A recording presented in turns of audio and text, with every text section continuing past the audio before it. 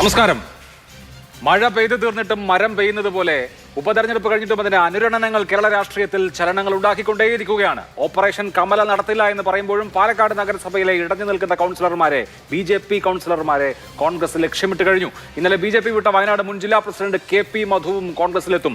SDPI Jamaate Islami പിന്തുണയിൽ UDFന് പ്രതിരോധത്തിലാക്കുകയാണ് CPM ലക്ഷ്യം. BJPയിലെ അസ്വാരസ്യങ്ങൾ വാർത്തയായതിനു പിന്നാലെ മാധ്യമ പ്രവർത്തകരെ കൈകാര്യം ചെയ്യും എന്ന ഭീഷണിയുമായി BJP പ്രസിഡന്റ് K സുരേന്ദ്രൻ രംഗത്തെത്തി. സുരേന്ദ്രൻ നില മറന്ന് പെരുമാറരുതെന്ന് പത്രപ്രവർത്തക യൂണിയൻ ഓർമ്മിപ്പിച്ചു. ഇങ്ങനെ ഈ ഉപതെരഞ്ഞെടുപ്പിന് ശേഷം ഉണ്ടാവുന്ന അനുരണനങ്ങളെക്കുറിച്ച്, കൊച്ചു ഭൂകമ്പങ്ങളെക്കുറിച്ച് ഇന്ന് സൂപ്പർ പ്രൈം ടൈം ചർച്ച ചെയ്യുമ്പോൾ എന്നോടൊപ്പം ഷിപ്പിയം ആർഷോ CPM, ഷിപ്പിയം നിയാസ് കോൺഗ്രസ്, ശ്രീ യുവരാജ് ഗോകുൽ BJP എന്നിവർ. ആദ്യം ശ്രീ യുവരാജ് ഗോകുൽ, ഈ തെരഞ്ഞെടുപ്പിന് പിന്നാലെ പൊട്ടിത്തെറികൾ ഉണ്ടാകുന്നത് BJPയിലാണ്. സന്ദീപ് വാര്യർ പോയി, അത് പോയത് പോട്ടെ എന്ന് നിങ്ങൾ വെച്ചു. പക്ഷേ ഇപ്പോൾ പാലക്കാട് നഗരസഭയിൽ കൗൺസിലർമാർ തന്നെ കളം മാറുന്ന ലക്ഷണമാണ്.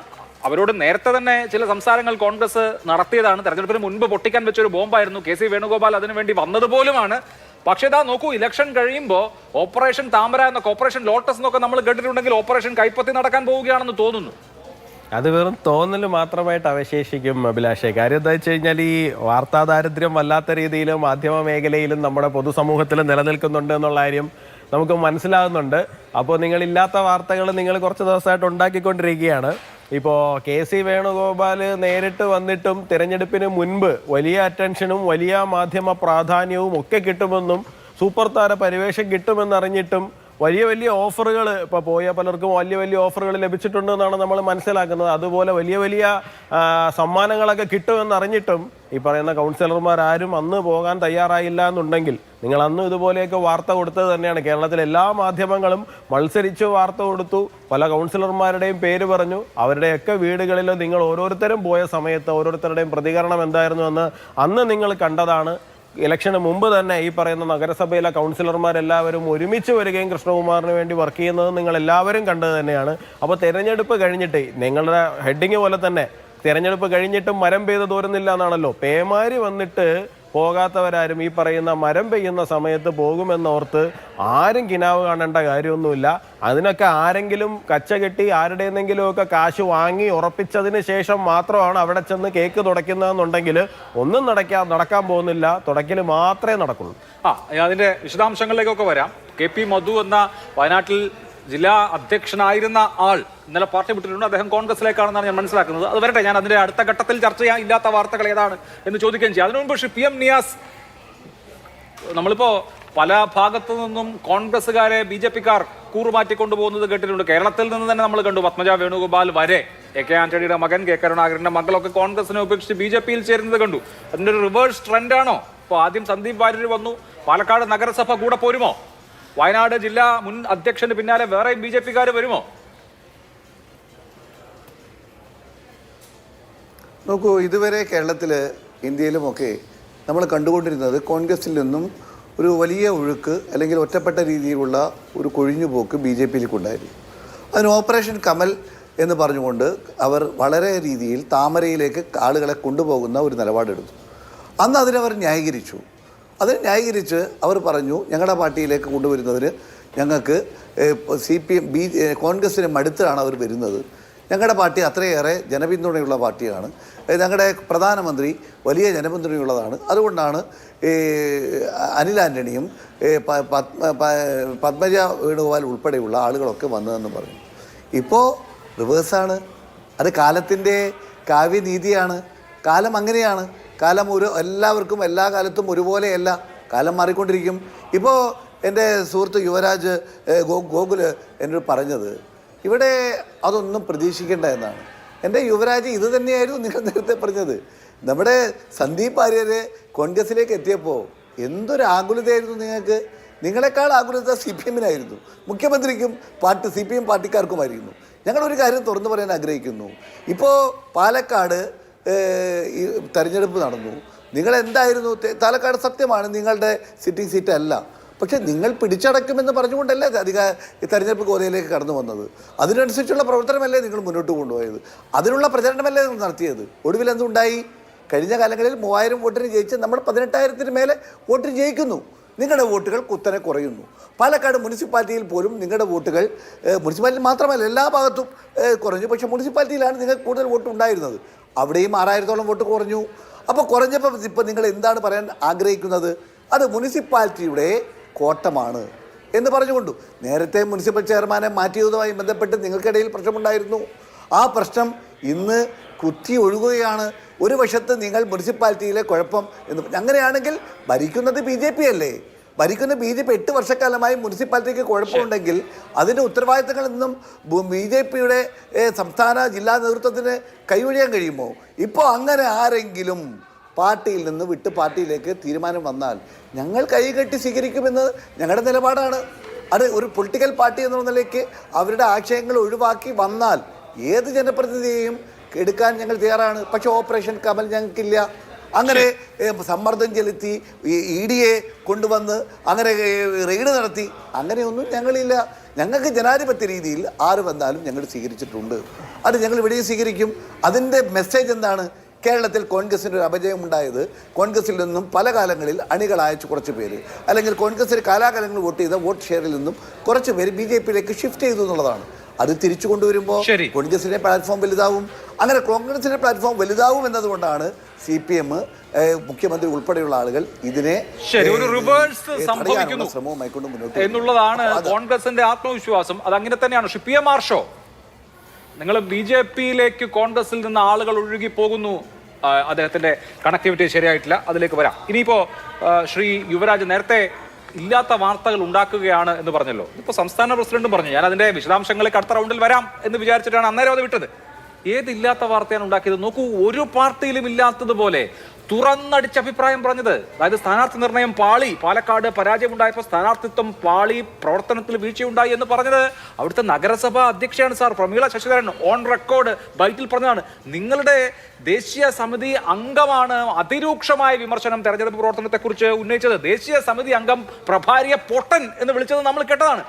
അത്ര തുറന്നു പറഞ്ഞ വിമർശനം ചാനലുകളൊക്കെ കൊടുത്തത് മോശമായി പോയിന്നാണോ അതോ മാധ്യമങ്ങൾ ഉണ്ടാക്കിയതാണോ? അഭിലാഷേ, ഇല്ലാത്ത വാർത്ത എന്ന് പറയുമ്പോൾ അതൊന്നും അതിനകത്ത് ഇല്ലാത്ത വാർത്തയിൽ പെടുന്നില്ലല്ലോ. സ്വാഭാവികമായിട്ടും നിങ്ങൾ ഈ മൈക്കുമായിട്ട് പോവുകയും ഇപ്പം നിങ്ങൾ പറഞ്ഞു എന്താണ് ഇപ്പൊ ശ്രീ നിയാസ് അദ്ദേഹവും പറയുന്നുണ്ടായിരുന്നു മുനിസിപ്പാലിറ്റി കൗൺസിലർമാരുടെ കുഴപ്പം കൊണ്ടാണ് പ്രശ്നമുണ്ടായത് എന്ന് നിങ്ങൾ വാർത്ത ബ്രേക്ക് ചെയ്യുന്നു. അങ്ങനെ അവർക്കെതിരെ നടപടി BJP സംസ്ഥാന നേതൃത്വം എടുക്കാൻ പോകുന്നു എന്നുള്ള നിലയിൽ വാർത്ത ബ്രേക്ക് ചെയ്യുന്നു. ശേഷം നിങ്ങൾ മൈക്കുമായിട്ട് പെട്ടെന്ന് ഇടിച്ചു കയറുന്നു. അവരുടെ നിന്ന് സ്വാഭാവികമായി ഉണ്ടാകുന്ന ഒരു റിയാക്ഷൻ മാത്രമാണ് ഉണ്ടായിട്ടുള്ളത്. പിന്നെ ശ്രീ ശിവരാജൻ ചേട്ടൻ്റെ ഒരു കാര്യം. ശ്രീ ശിവരാജൻ ചേട്ടൻ ഞങ്ങളുടെ പാർട്ടിയെ സംബന്ധിച്ചിടത്തോളം നിങ്ങൾക്കിപ്പോൾ പാലക്കാടത്തെ പ്രാദേശിക വികാരം അറിയാമെന്നുണ്ടെങ്കിൽ നന്നായിട്ട് അറിയാമായിരിക്കും. രാഷ്ട്രീയ ഭേദമന്യേ എല്ലാ രാഷ്ട്രീയ പാർട്ടിക്കാരെയും ശിവരാജൻ ചേട്ടാ എന്ന് വിളിക്കുകയും അത്രയും ബഹുമാനത്തോടുകൂടി പെരുമാറുകയും ചെയ്യുന്ന ഒരാളാണ്. വളരെയധികം ഗ്രൗണ്ടിൽ ലൈവായിട്ടുള്ള ഒരാളാണ്. അദ്ദേഹത്തിന് പ്രായാധിക്യമുണ്ട്. അപ്പോൾ പ്രായാധിക്യത്തിൻ്റെതായ പ്രശ്നങ്ങൾ കാരണം നമുക്ക് ഒരാളെ വിട്ട് സംസാരിക്കാൻ പറ്റില്ല. അല്ല, ഞാൻ പറഞ്ഞോട്ടെ, കംപ്ലീറ്റ് ചെയ്യട്ടെ. ഒരാൾക്ക് രാഷ്ട്രീയം പറഞ്ഞു. അദ്ദേഹം വളരെ കാലം മുമ്പ് തന്നെ പാലക്കാട് നഗരസഭയിലെ കൗൺസിലറാണ്, നിങ്ങളുടെ ഏറ്റവും പ്രധാനപ്പെട്ട ഭാരവാഹിയാണ്. താങ്കൾ പറഞ്ഞത് ഗ്രൗണ്ട് ഏറ്റവും അധികം അറിയാവുന്ന ആളാണ്. അപ്പോ ശ്രീ N ശിവരാജൻ പറയുന്നത് അടിസ്ഥാന യാഥാർത്ഥ്യമായിരിക്കുമല്ലോ. ഞാനൊരു കാര്യം പറയട്ടെ. ഒരു ഉപതെരഞ്ഞെടുപ്പ് കഴിഞ്ഞു, അതിനകത്തൊരു പരാജയം സംഭവിച്ചിട്ടുണ്ട്. സ്വാഭാവികമായും അസ്വാരസ്യങ്ങൾ എല്ലാ CPM-നകത്തുണ്ടാവും, BJP-യിലുണ്ട്. ഇപ്പോൾ താങ്കൾ നേരത്തെ പറഞ്ഞു ഒരു പാർട്ടിയിലും ഇല്ലാത്ത പോലുള്ള തുറന്നടിച്ച ഇപ്പൊ ഈ K മുരളീധരൻ ഇത്രയും കാലവും കേരളത്തിൽ ഇത്രയും ദിവസവും നടത്തിക്കൊണ്ടിരുന്നത് നിങ്ങൾ ബ്രേക്ക് ചെയ്തതും ഒക്കെ എന്തായിരുന്നു? അപ്പോൾ അത് ഒരു പാർട്ടിയിലും ഇല്ലാത്ത പ്രശ്നങ്ങളൊന്നും അല്ലല്ലോ. സ്വാഭാവികമായിട്ടും വലിയൊരു രാഷ്ട്രീയ പാർട്ടിയാണ്, അതിൻ്റെ അകത്ത് അതിൻ്റെതായിട്ടുള്ള ചില പ്രശ്നങ്ങളുണ്ടാവും. അപ്പോൾ എന്ത് പറയണം, എന്ത് പറയാൻ പാടില്ല, എന്ത് വാക്കുകൾ ഉപയോഗിക്കണം എന്നൊക്കെ ഉള്ളത് ഓരോ രാഷ്ട്രീയക്കാരും ഉപയോഗിച്ച് വരുന്ന സമയത്ത് ഒരു മാനസിക നിലയുടെ പ്രശ്നമായിരിക്കും. അപ്പോൾ ശിവരാജൻ ചേട്ടനെ പോലെ ഒരാൾ അത്രയും സീനിയർ ആയിട്ടുള്ള ഒരാളാണ്. അദ്ദേഹത്തിന് ഏജ് ഉണ്ട്, എല്ലാവർക്കും അറിയാവുന്ന കാര്യമാണ്. അദ്ദേഹത്തിന് ഏജ് റിലേറ്റഡ് ആയിട്ടുള്ള സ്വാഭാവികമായിട്ട് അദ്ദേഹം പ്രതികരിക്കുന്ന സമയത്ത് അദ്ദേഹം വളരെ കൊളോക്കിയലി ഉപയോഗിക്കുന്ന പോലുള്ള ഭാഷകളും മീഡിയയുടെ മുമ്പിൽ ഉപയോഗിച്ചിട്ടുണ്ടെന്നുള്ള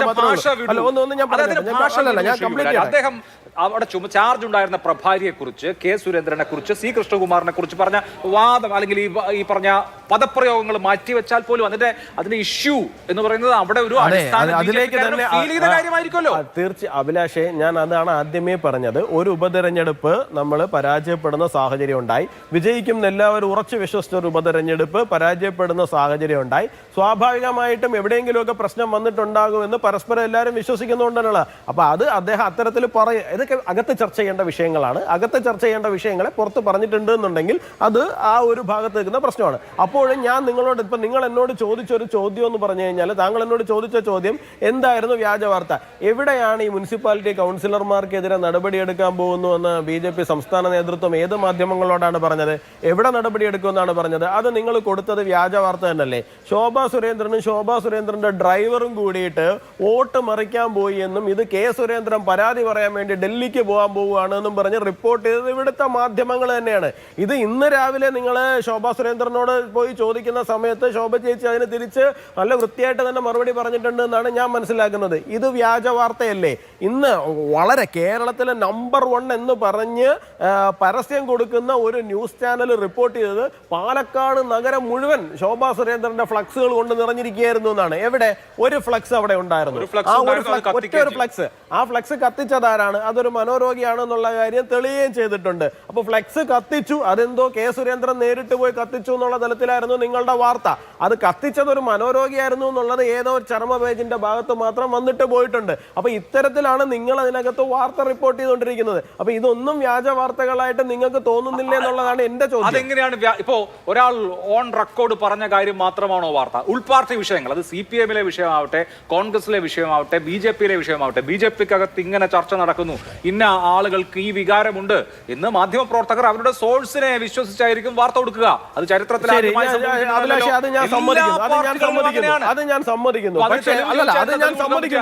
സമ്മതിക്കുന്നു. ഇന്ന പ്രശ്നമുണ്ട്, ഇന്ന നേതാക്കൾക്ക് അസ്വാരസ്യമുണ്ട്, പ്രശ്നങ്ങളുണ്ട്, ഇതൊക്കെ നിങ്ങൾ ഉണ്ടത്രേ എന്ന് പറഞ്ഞ് വാർത്ത കൊടുക്കുന്നതിന് ഞങ്ങൾക്ക് യാതൊരു വിരോധമില്ല. പക്ഷേ ശോഭാ സുരേന്ദ്രനെ പോലൊരു നേതാവും ആ നേതാവിന്റെ ഡ്രൈവറും കൂടി ചെന്നിട്ട് എന്താണ് വോട്ട് മറിക്കാൻ വേണ്ടിയിട്ടുള്ള പണി താഴെത്തട്ടി ചെയ്തു എന്നൊക്കെ പറഞ്ഞ് നിങ്ങൾ ബ്രേക്കിംഗ് ന്യൂസ് കൊടുക്കുന്ന സമയത്ത് ഇത് എന്ത് തരം സ്വഭാവഹത്യയും വ്യക്തിഹത്യയാണ് അവിടെ നടക്കുന്നത്? ഇതിനെ എങ്ങനെയാണ് നമ്മൾ നിങ്ങളുടെ സാധാരണ വാർത്ത എന്ന് പറഞ്ഞ് മാത്രം നമ്മൾ ഇതിനെ എങ്ങനെയാണ് കാണുന്നത്? ശരിയല്ല, അതാണ് ഞാൻ പറഞ്ഞത്.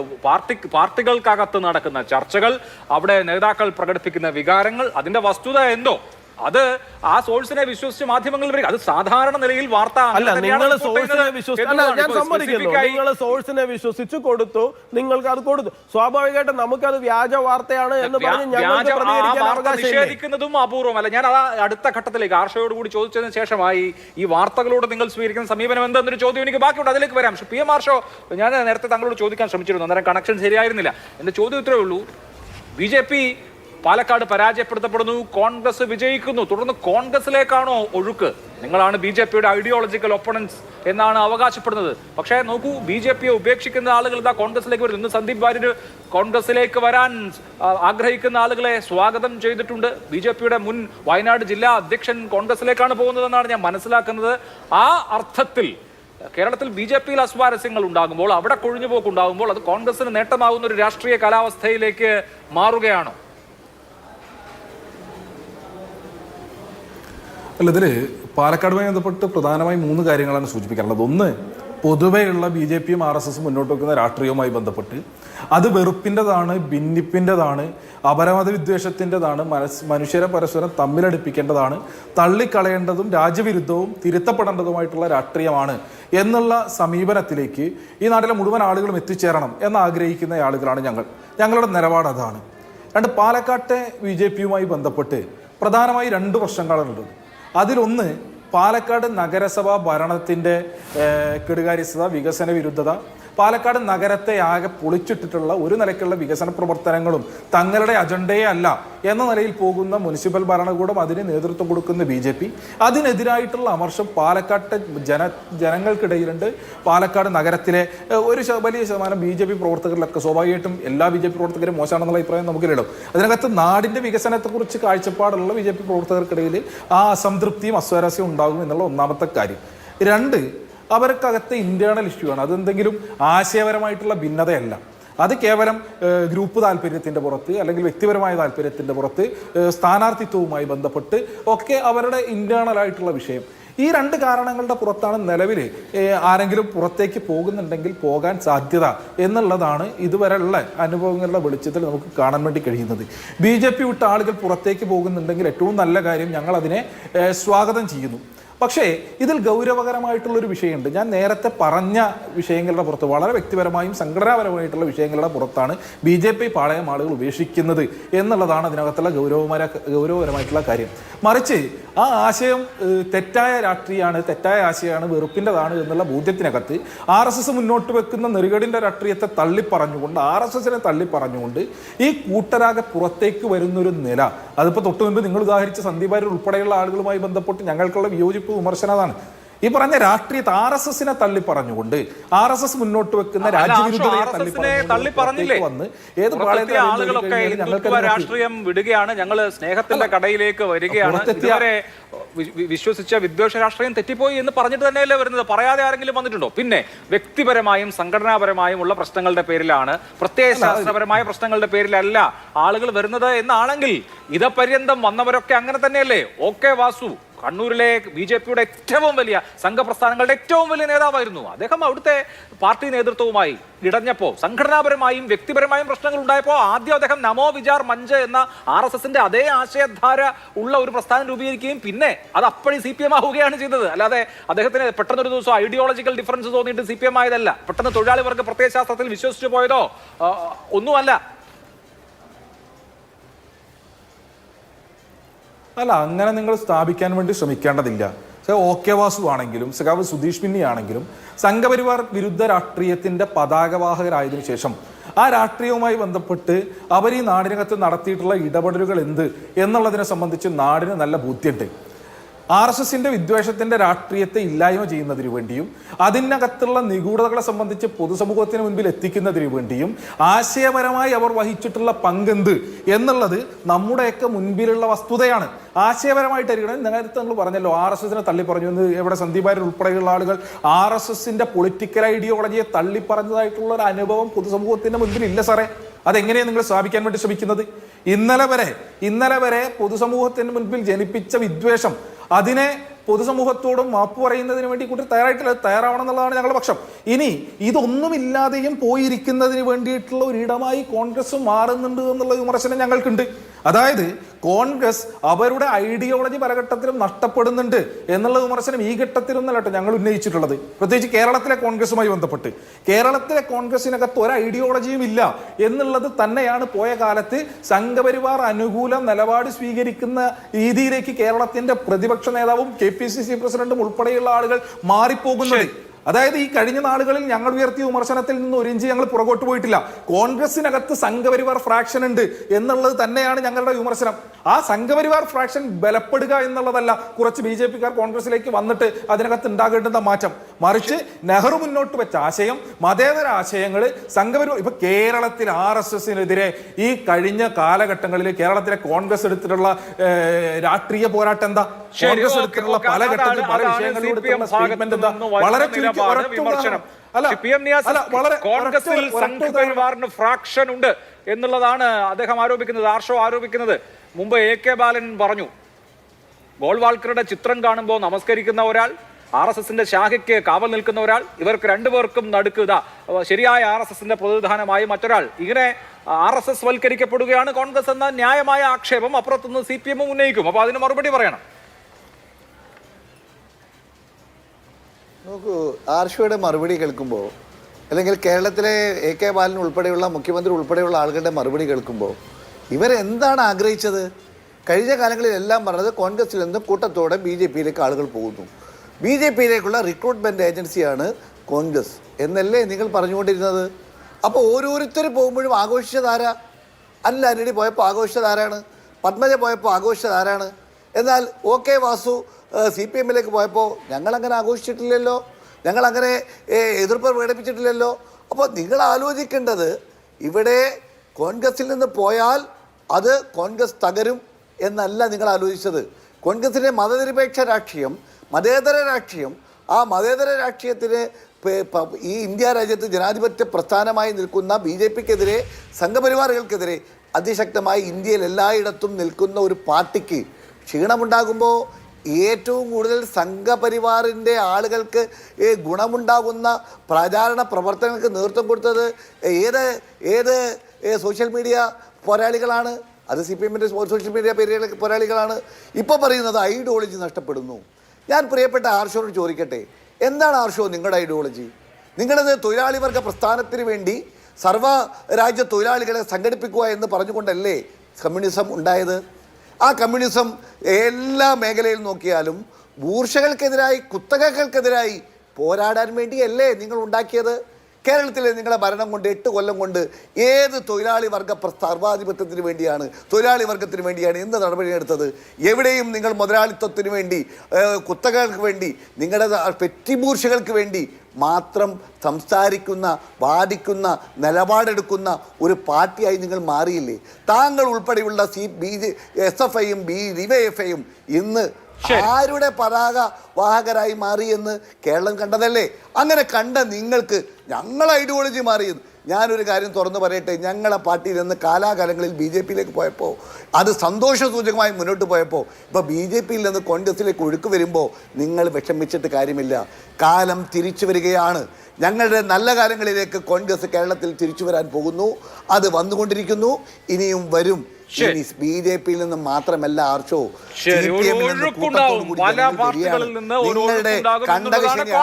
കോൺഫിഡൻസ് ആവട്ടെ. എന്തായാലും തെരഞ്ഞെടുപ്പ് വർഷം വരാനിരിക്കലേ നമുക്ക് നോക്കാം. ശ്രീ യുവരാജ് ഗോകുൽ, നോക്കൂ, ഇവിടെ നേരത്തെ താങ്കൾ ഉന്നയിച്ച വിഷയത്തിലേക്ക് തന്നെ ഞാൻ വരികയാണ്.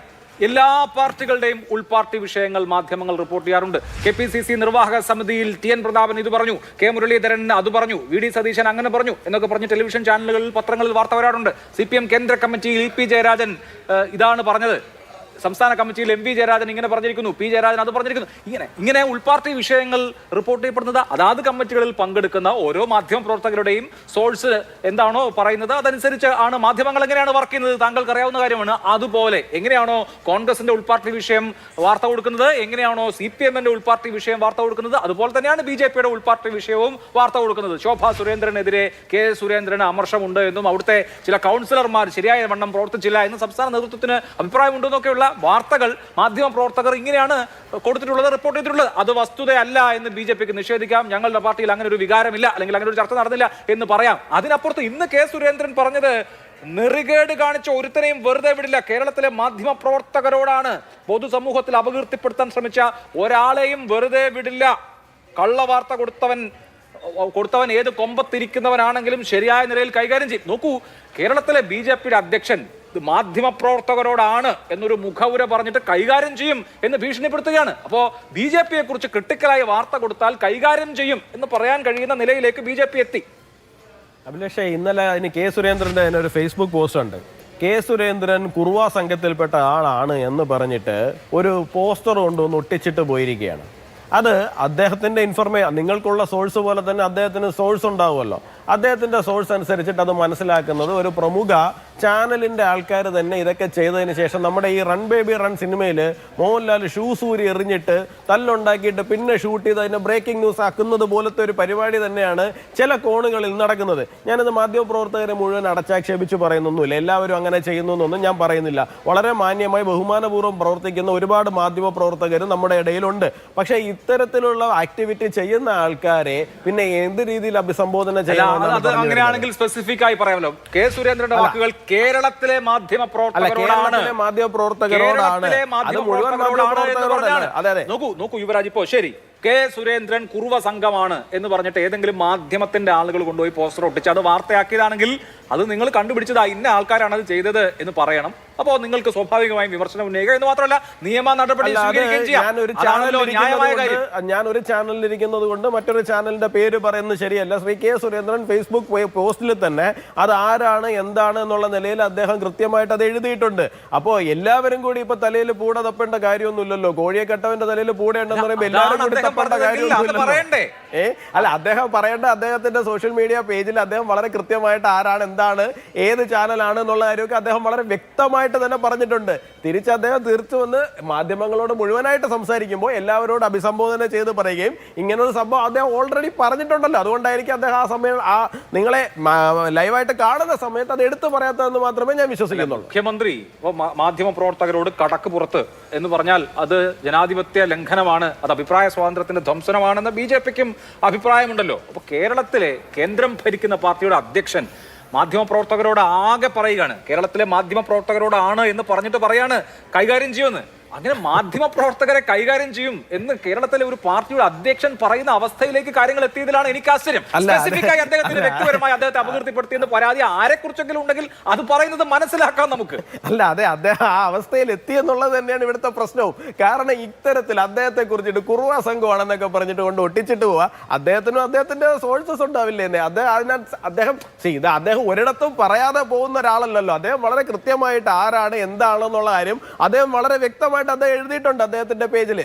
നിങ്ങൾക്ക് പരസ്പരം അങ്ങോട്ടും ഇങ്ങോട്ടും ഒരു അന്തർധാര ഉള്ളത് കൊണ്ട് നിങ്ങൾ അത് ചർച്ച ചെയ്യില്ല. ഫേസ്ബുക്ക് പോസ്റ്റ് കണ്ടിട്ടുമില്ല, അന്തർധാരയൊന്നുമല്ല. ഞാൻ എന്റെ ചോദ്യം വളരെ കൃത്യമല്ലേ. കേരളത്തിലെ അദ്ദേഹം ചില മാധ്യമ പ്രവർത്തകരോടൊന്നും അല്ല, കേരളത്തിലെ മാധ്യമ പ്രവർത്തകരോടാണ് എന്ന് പറഞ്ഞിട്ട് പറയാണ് ഈ നേരത്തെ പറഞ്ഞ കാര്യങ്ങൾ. ഏത് കൊമ്പത്തിരിക്കുന്നവനായാലും ശരിയായ നിലയിൽ കൈകാര്യം ചെയ്യും എന്ന്. അത് കൃത്യമായും ഭീഷണിയാണ് ശ്രീ യുവരാജ്. അവിടെയാണ് അദ്ദേഹം പറഞ്ഞിരിക്കുന്നത് എന്താണ്? ഇത്തരത്തിലുള്ള നെറികെട്ട മാധ്യമ പ്രവർത്തനം നടത്തുന്നവർ എന്നാണ് പറഞ്ഞിരിക്കുന്നത്. അപ്പൊ അത് കേരളത്തിലെ എല്ലാ മാധ്യമ പ്രവർത്തകരോടും അല്ലല്ലോ. നെറികെട്ട മാധ്യമ പ്രവർത്തനം നടത്തുന്നവരോട് മാത്രമായിട്ട് അദ്ദേഹം വളരെ സ്പെസിഫിക് ആയിട്ട് തന്നെയാണ് പറഞ്ഞിരിക്കുന്നത് അഭിലാഷ. മാത്രമല്ല, അദ്ദേഹത്തിന്റെ ഫേസ്ബുക്ക് പേജ് നിങ്ങൾ എടുത്ത് നോക്കുക. ആ പോസ്റ്റിനകത്ത് അദ്ദേഹം വളരെ വ്യക്തമായിട്ട് തന്നെ ആരാണ്, എന്താണ്, എന്തിനെ ഉദ്ദേശിച്ചാണ് എന്നുള്ള കാര്യം അദ്ദേഹം വളരെ സ്പെസിഫിക് ആയിട്ട് തന്നെ പറഞ്ഞിട്ടുണ്ട്. അദ്ദേഹം അത് പറഞ്ഞു കഴിഞ്ഞ സ്ഥിതിക്ക് അദ്ദേഹം തലേ ദിവസം മുതൽ അത് പറയുന്ന ഒരു കാര്യമാണ്. ഇപ്പൊ ഒരു സുപ്രഭാതത്തിൽ അദ്ദേഹം പെട്ടെന്ന് വന്നിട്ട് അങ്ങനെ ഒരു വിഷയം അവതരിപ്പിക്കുകയല്ല ചെയ്യുന്നത്. ശരി ശരി, ഓക്കെ. കെ സുരേന്ദ്രന്റെ ഫേസ്ബുക്ക് പേജ് ഞാൻ നോക്കാം. ഓക്കെ, ഇവിടെ ശ്രീ ആർഷോ ഇപ്പോ തെരഞ്ഞെടുപ്പ് തോൽവിയെ തുടർന്ന് ഉണ്ടാവുന്ന ചില അസ്വാരസ്യങ്ങൾ, ഇപ്പൊ പാർട്ടികളിൽ തോൽവികൾ ഉണ്ടാകുമ്പോൾ പ്രശ്നങ്ങൾ ഉണ്ടാകും, ചില എതിരഭിപ്രായങ്ങൾ ഉണ്ടാകും, മനസ്സിലാക്കാവുന്നതാണ്. BJP കേഡർ പാർട്ടി എന്നൊക്കെ അവകാശപ്പെടുമെങ്കിലും അതിൽ കുറെയൊക്കെ പൂർണ്ണമായും കേരളത്തിലൊന്നും അങ്ങനെ കേഡർ പാർട്ടി ഒന്നും ആയിട്ടില്ല. അപ്പോൾ ഉണ്ടാവുന്ന ഇത്തരം കാര്യങ്ങളൊക്കെ സ്വാഭാവികമാണോ അസ്വാഭാവികമാണോ? ഇതൊക്കെ ഒരു പൊട്ടിത്തെറിയുടെ സൂചനയായി നിങ്ങൾ കാണുന്നുണ്ടോ? ശൈഥില്യത്തിന്റെ സൂചനയായി? അല്ല, ഇതിനകത്ത് നേരത്തെ കോൺഗ്രസിന്റെ പ്രതിനിധി പറഞ്ഞതിനകത്തൊരു തിരുത്ത് സൂചിപ്പിക്കാനുണ്ട്. അപ്പോൾ കോൺഗ്രസിൽ നിന്ന് ആളുകൾ കോൺഗ്രസ് പാളി ഉപേക്ഷിച്ച് പുറത്തേക്ക് പോകുമ്പോൾ അതിൽ സന്തോഷിക്കുന്ന ആളുകളൊന്നുമല്ല ഞങ്ങൾ. കോൺഗ്രസ് തളരുന്നതിൽ, ശോഷിക്കുന്നതിൽ ഒരു തരത്തിലുള്ള സന്തോഷവും ഞങ്ങൾക്കില്ല. അതിൽ പ്രയാസമേ ഞങ്ങൾക്കുള്ളൂ. ഇനി കോൺഗ്രസിലേക്ക് മറ്റാരെങ്കിലും വരുന്നുണ്ടെങ്കിൽ അതിന് ഞങ്ങൾക്ക് എന്താണ് ഇപ്പോൾ ഇത്ര ആശങ്കപ്പെടാനുള്ളത്? ഞങ്ങൾക്ക് എന്താണ് അതിൽ പ്രയാസപ്പെടാനുള്ളത്? വന്നുകൊള്ളട്ടെ, വരുന്നതിൽ ഒരു തർക്കവുമില്ല. ഞങ്ങളെ സംബന്ധിച്ച് ഞങ്ങൾക്ക് ഉള്ളൊരു പൊളിറ്റിക്കലായിട്ടുള്ള വിമർശനം ഞങ്ങൾ മുന്നോട്ട് വെച്ചു. അത് എന്താ പറയുക, നിങ്ങൾക്ക് ഐഡിയോളജിക്കലി ഉണ്ടാകുന്ന പോരായ്മയാണ്. ആ പോരായ്മയ്ക്കകത്ത് ഇപ്പോൾ കോൺഗ്രസും BJPയും തമ്മിലുള്ള വ്യത്യാസം എന്താണെന്ന് ചോദിച്ചാൽ, കോൺഗ്രസും BJPയും തമ്മിൽ ഈ പറഞ്ഞ പോലെ അവരുടെ സാമ്പത്തിക നയങ്ങളുമായിട്ട് ബന്ധപ്പെട്ട് എക്കണോമിക് പോളിസിക്കകത്ത് എന്തെങ്കിലും മാറ്റമുണ്ടോ? ഏതെങ്കിലും തരത്തിലുള്ള വ്യത്യാസം ഉണ്ടോ? നവലിബറൽ നയങ്ങൾ എങ്ങനെയാണോ കോൺഗ്രസിന്റെ ഗവൺമെന്റുകൾ ആവിഷ്കരിച്ച് നടപ്പാക്കിയത് കുറെ കൂടെ തീവ്രമായി BJP ഗവൺമെന്റ് നടപ്പാക്കുന്നു എന്നുള്ളതിനപ്പുറത്തേക്ക് മറ്റു കാര്യങ്ങൾക്കകത്തൊന്നും ഒരു മാറ്റമില്ല. ആകെ ഇവരെ തമ്മിൽ വേർതിരിച്ച് നിൽക്കുന്നത്, ഒന്ന് BJP മുന്നോട്ട് വെക്കുന്നത് അങ്ങേയറ്റം ഹിന്ദുത്വ പൊളിറ്റിക്സ് ആണ്, ഈ പറഞ്ഞ പോലെ സെക്യുലർ പൊളിറ്റിക്സ് കോൺഗ്രസ് മുന്നോട്ട് വെച്ചിരുന്നു എന്നുള്ളതാണ്. അതിൽ നിന്ന് അതിനെയും ആ സെക്യുലർ പൊളിറ്റിക്സിനെയും തള്ളി പറഞ്ഞുകൊണ്ട് പതിയെ മൃദു ഹിന്ദുത്വത്തിന്റെ നിലപാടിലേക്ക് കോൺഗ്രസ് അല്ലെങ്കിൽ ഏത് വർഗീയ സംഘടനയോടും കൂട്ടുചേരാം എന്നുള്ള നിലയിലേക്ക് കോൺഗ്രസിനകത്ത് ഐഡിയോളജിക്കൽ ഷിഫ്റ്റ് ഉണ്ടാകുമ്പോൾ സ്വാഭാവികമായിട്ടും അതൊരു പൊളിറ്റിക്കൽ വിമർശനം എന്നുള്ള നിലയ്ക്കാണ് ഞങ്ങൾ മുന്നോട്ട് വെച്ചിട്ടുള്ളത്. ഐഡിയോളജിക്കലി അടിയറവ് പറയാൻ വേണ്ടി കോൺഗ്രസ് തയ്യാറാണെന്നുണ്ടെങ്കിൽ ഞങ്ങൾക്ക് അതിന് കാര്യമായിട്ടൊന്നും ചെയ്യാനില്ല. അവരത് തുറന്നു കൊള്ളുക എന്നുള്ളതാണ്. പക്ഷേ നെഹ്റുവിന്റെ കോൺഗ്രസ്, ഗാന്ധിയുടെ കോൺഗ്രസ് ആ നിലയ്ക്ക് സെക്യുലറിസത്തെ ഈ പറഞ്ഞ പോലെ ഒരു അടിയറവ് വെച്ചുകൊണ്ട് ഈ മൃദു ഹിന്ദുത്വ ലൈനിലേക്ക് കടക്കുന്നതിനകത്ത് സ്വാഭാവികമായിട്ട് ഞങ്ങൾക്ക് പ്രയാസമുണ്ട്. ആ പ്രയാസം രാഷ്ട്രീയ വിമർശനമായിട്ട് ഞങ്ങൾ മുന്നോട്ട് വെച്ചു എന്നുള്ളതാണ്. ഞാൻ ഒരൊറ്റ ഉദാഹരണം സൂചിപ്പിക്കുക. അപ്പോൾ ഫെഡറലിസം വല്ലാത്ത വെല്ലുവിളി നേരിട്ടുകൊണ്ടിരിക്കുന്ന കാലഘട്ടമാണ്. ഇപ്പോൾ കോൺഗ്രസ് ഭരിക്കുന്ന ഇതുൾപ്പെടെയുള്ള പ്രതിപക്ഷ രാഷ്ട്രീയ പാർട്ടികൾ ഭരിക്കുന്ന മുന്നോട്ട് കൊണ്ടുപോകുന്ന സംസ്ഥാനങ്ങളെയൊക്കെ ആക്രമിക്കുന്നതിന് വേണ്ടി, ഇല്ലാതാക്കുന്നതിന് വലിയ ശ്രമങ്ങൾ നടത്തിക്കൊണ്ട് ഇപ്പോൾ കേരള നിയമസഭയുമായി ബന്ധപ്പെട്ട് കേരള നിയമസഭയുടെ ഏറ്റവും പ്രാഥമികമായിട്ടുള്ള ഉത്തരവാദിത്വമാണ് നിയമനിർമ്മാണം നടത്തുക എന്നുള്ളത്. അത് കോൺഗ്രസിന്റെയും ലീഗിന്റെയും LDFിന്റെയും ഒക്കെ MLA മാർ ഒരുമിച്ചിരുന്ന് ഈ നാടിന്റെ മുന്നോട്ട് പോക്കിന് വേണ്ടി നിർമ്മിക്കുന്ന നിയമങ്ങൾ, അങ്ങനെ കേരള നിയമസഭ പാസ്സാക്കുന്ന ബില്ലുകൾ ഉൾപ്പെടെ ഒപ്പിടാൻ ഈ നിയമസഭയുടെ ബേസിക് ആയിട്ടുള്ള ഉത്തരവാദിത്തത്തെ ചുമതലയെ പോലും നിർവഹിക്കാൻ അനുവദിക്കാത്ത നിലയിൽ ഗവർണർ രാജ് ഉൾപ്പെടെ ഈ നാടിനകത്ത് നടന്നുകൊണ്ടിരിക്കുകയാണ്. ആ ഘട്ടത്തിലൊക്കെ ഇവർ ഗവർണർക്ക് ഈ പറഞ്ഞ പോലെ നാരങ്ങ വെള്ളം കലക്കാൻ വേണ്ടി പോകുകയാണ്. അപ്പൊ ഇതാണ് ഇവരുടെ പൊളിറ്റിക്സ്. ഇങ്ങനെ എന്തിനോടും സന്ധി ചെയ്ത് മുന്നോട്ട് പോകുന്നതിനകത്തുള്ള രാഷ്ട്രീയ വിമർശനം ഞങ്ങൾ പറയും. ഇനിയിപ്പോൾ ഞങ്ങളുടെ പൊളിറ്റിക്കൽ ലൈനുമായി ബന്ധപ്പെട്ട് ജനകീയ ജനാധിപത്യ വിപ്ലവത്തിൽ അടിസ്ഥാനപ്പെടുത്തിക്കൊണ്ട് രാഷ്ട്രീയ പ്രവർത്തനം നടത്തി മുന്നോട്ട് പോയിക്കൊണ്ടിരിക്കുന്ന ഒരു സംഘടന പാർട്ടിയാണ് communist party of India, Marxist. ഞങ്ങളുടെ ലൈനിൽ നിന്നും എവിടെയും വ്യതിചലിച്ചിട്ടില്ല. അതുമായി ബന്ധപ്പെട്ട് അത്യാവശ്യമാണ്. ഇടവേളയ്ക്ക് ശേഷം മടങ്ങിയെത്താം. ചർച്ചയിലേക്ക് വീണ്ടും. ഇവിടെ PM നിയാസ്, കോൺഗ്രസിലേക്ക് ആള് വരുന്നു എന്നുള്ള ആ ചർച്ചയ്ക്കപ്പുറത്ത് CPM തെരഞ്ഞെടുപ്പിന് പിന്നാലെ മുന്നോട്ട് വെക്കുന്ന ചില കാര്യങ്ങളുണ്ട്. അത് ന്യൂനപക്ഷ വർഗീയതയോട് നിങ്ങൾ സമരസപ്പെടുന്നു എന്നുള്ളതാണ്. പാലക്കാട് വിജയത്തിന് പിന്നാലെ SDPI പ്രകടനം നടത്തിയത് മുതൽ വെൽഫെയർ പാർട്ടി പ്രവർത്തകരോട് രാഹുൽ മാങ്കൂട്ടം നന്ദി പറഞ്ഞു എന്ന ആ ഫോട്ടോഗ്രാഫ് പ്രചരിപ്പിക്കുന്നത് അടക്കമുള്ള കാര്യങ്ങൾ സ്വാഭാവികമായി അവിടെ ചൂണ്ടിക്കാണിക്കപ്പെടും. അങ്ങനെ വെൽഫെയർ പാർട്ടി SDPI പോലെയുള്ള പാർട്ടികൾ UDFന്റെ അനൌദ്യോഗിക ഘടകകക്ഷികളായി മാറുന്നു എന്ന നറേറ്റീവ് ഇപ്പോൾ ഈ ഉപതെരഞ്ഞെടുപ്പ് എന്നുള്ള ലക്ഷ്യം വെച്ചല്ല, നിയമസഭാ തെരഞ്ഞെടുപ്പ് വരുന്ന 1.5 വർഷത്തിനകം നടക്കാനിരിക്കുകയാണെന്ന സാഹചര്യത്തിൽ കഴിഞ്ഞ പഞ്ചായത്ത് തെരഞ്ഞെടുപ്പ് നിയമസഭാ തെരഞ്ഞെടുപ്പിന് സമാനമായ ഒരു സാഹചര്യം, ഒരു അറ്റ്മോസ്ഫിയർ ഉണ്ടാക്കപ്പെടുകയാണ്. നോക്കൂ അഭിലാഷ് ഉൾപ്പെടെയുള്ള വിവിധ ചർച്ചകളിൽ ഞങ്ങൾ പറഞ്ഞതല്ലേ, കേരളത്തിലെ മുഖ്യമന്ത്രിക്ക് ഇപ്പോൾ ഉണ്ടായിരിക്കുന്ന ഒരു ഭൂതോദയമാണ് ജമാഅത്തെ ഇസ്ലാമി ആരുടെ കൂടെയായിരുന്നു? അവരിപ്പോൾ കഴിഞ്ഞ ദിവസം അവർ തന്നെ പത്രങ്ങളിൽ പത്രസമ്മേളനം നടത്തി പറഞ്ഞല്ലോ, അമീറിന് ഉൾപ്പെടെയുള്ള ആളുകളെ നേരിൽ കാണാൻ വന്ന ഒരു മാന്യനാണ് ഇന്നത്തെ കേരള മുഖ്യമന്ത്രി എന്ന് അദ്ദേഹം പറഞ്ഞു.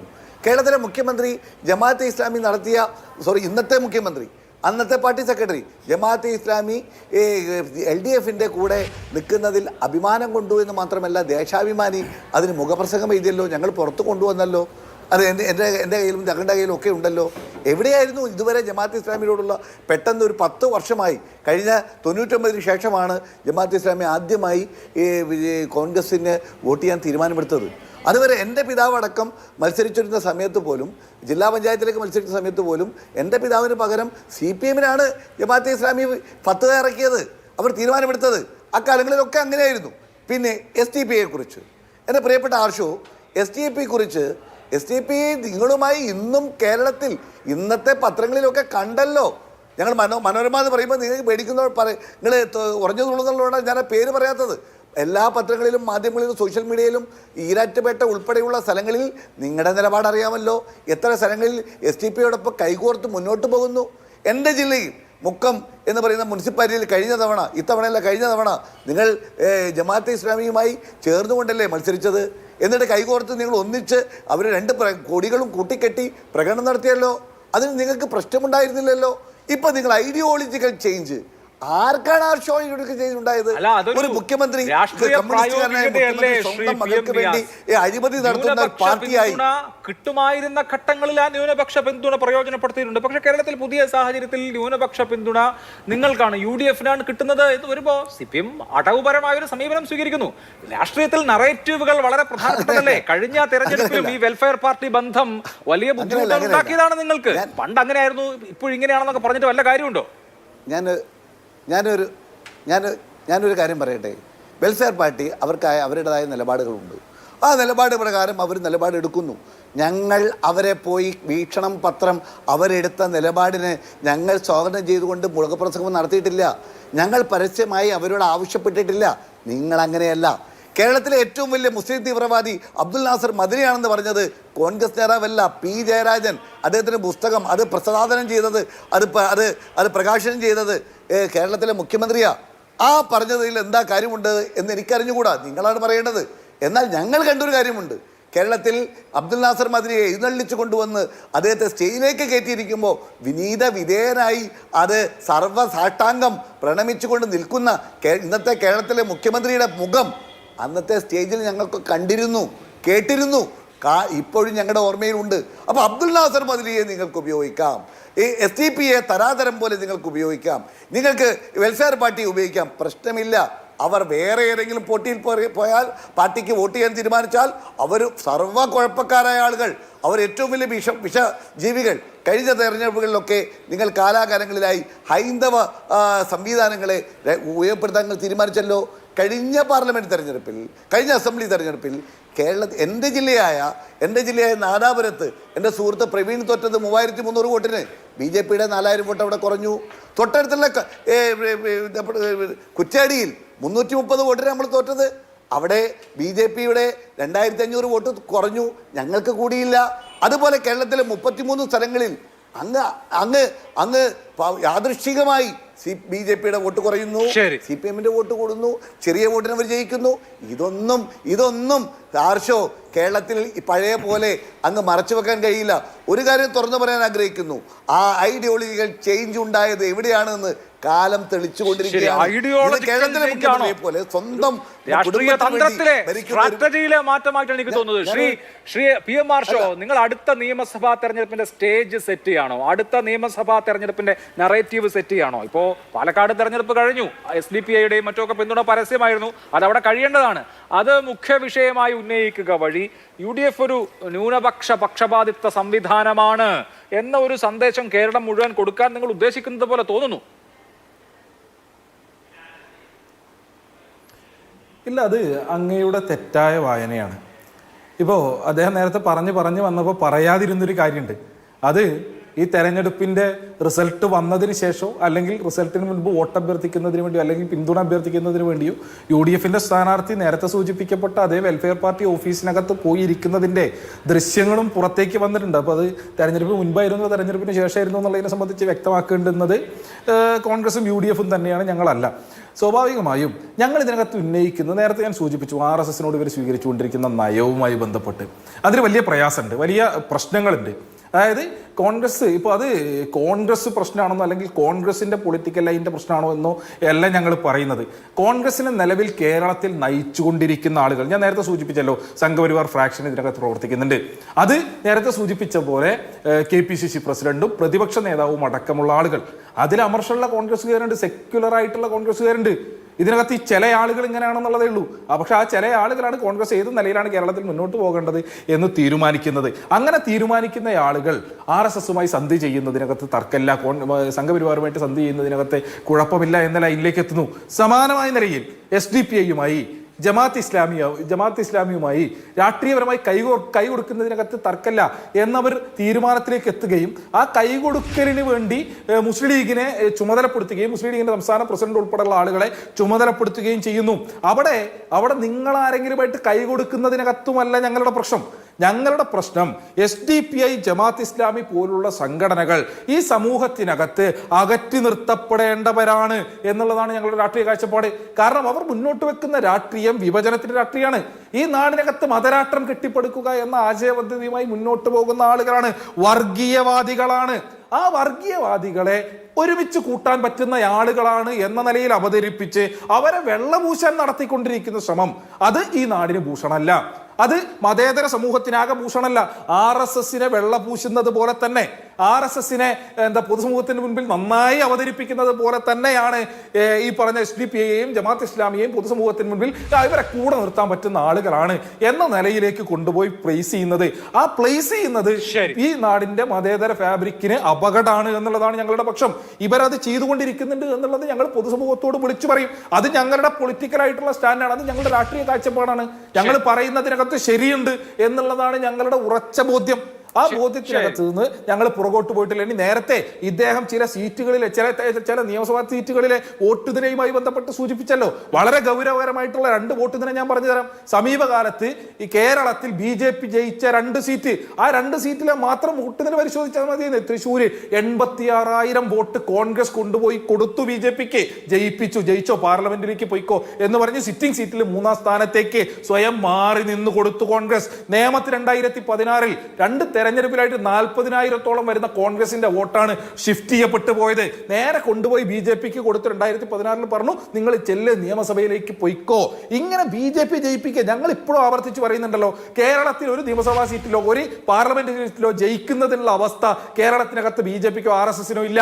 അങ്ങനെ ജയിപ്പിക്കില്ല മതേതര കേരളം. പക്ഷേ കോൺഗ്രസ് വിചാരിച്ചാൽ, കോൺഗ്രസ് വോട്ട് കൊടുക്കാൻ തീരുമാനിച്ചാൽ മാത്രം കേരളത്തിനകത്ത് അക്കൗണ്ട് തുറക്കുന്നവരാണ് BJP.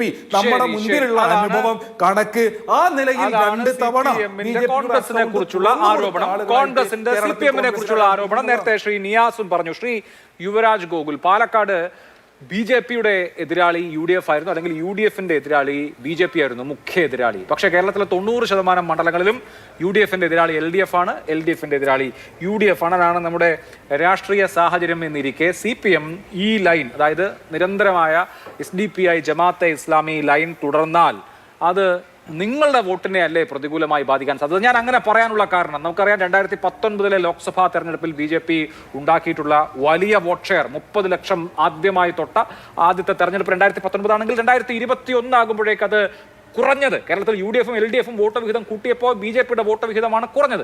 അതിവിടെ ശ്രീ നിയാസ് പറഞ്ഞതുപോലെ 33 34 മണ്ഡലങ്ങളിൽ BJP CPM-ന് വോട്ട് കൊടുത്തു എന്ന് ഞാൻ വിചാരിക്കുന്നില്ല. അതുപോലെ ഇപ്പോൾ CPM പറയുന്നത് പോലെ കോൺഗ്രസ് BJP-ക്ക് വോട്ട് കൊടുത്തു എന്ന് ഞാൻ വിചാരിക്കുന്നില്ല. സ്വാഭാവികമായി ജനങ്ങളാണല്ലോ പ്രിഫർ ചെയ്യേണ്ടത്. അങ്ങനെ ജനങ്ങളുടെ പ്രിഫറൻസിൽ വരുമ്പോൾ, വിവിധ രാഷ്ട്രീയ വിഷയങ്ങളിൽ വരുമ്പോൾ നിയമസഭാ തെരഞ്ഞെടുപ്പിൽ നിങ്ങളുടെ സാധ്യതകളെ പ്രതികൂലമായി ബാധിക്കാനിടയുള്ള കാര്യമല്ലേ ഇത്?